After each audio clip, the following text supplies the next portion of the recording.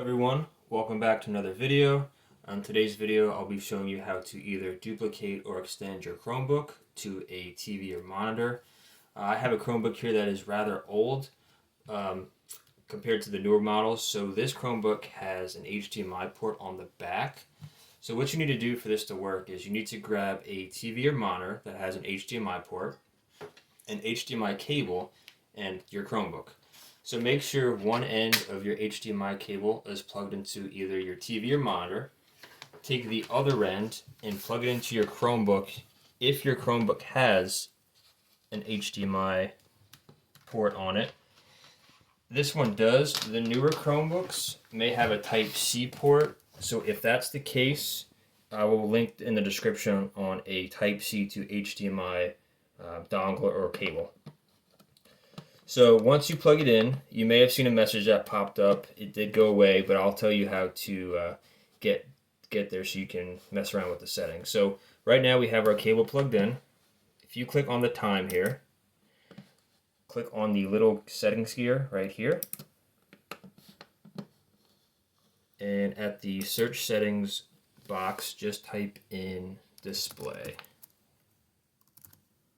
And then couple of things will pop up here. Just make sure you click on display settings. So right now it's recognizing our TV on the left and our Chromebook on the right. If you come down here, you'll see options in a drop down. Right now I have it on extended, and if you drop that down you can click on mirror, which is basically a duplicated image on your TV or monitor of what you see on your Chromebook. Another thing you can do is, if you come in closer, is that you can click on extended and you can click on done. And so now if you have a window open, you can move it to your TV or monitor like this, so you can work off two screens at once if you wanted. Close that. So if I wanted to move this over here, I can do that. Work mainly off my TV and or monitor, so I can go to YouTube. I can use this as my main quote-unquote computer,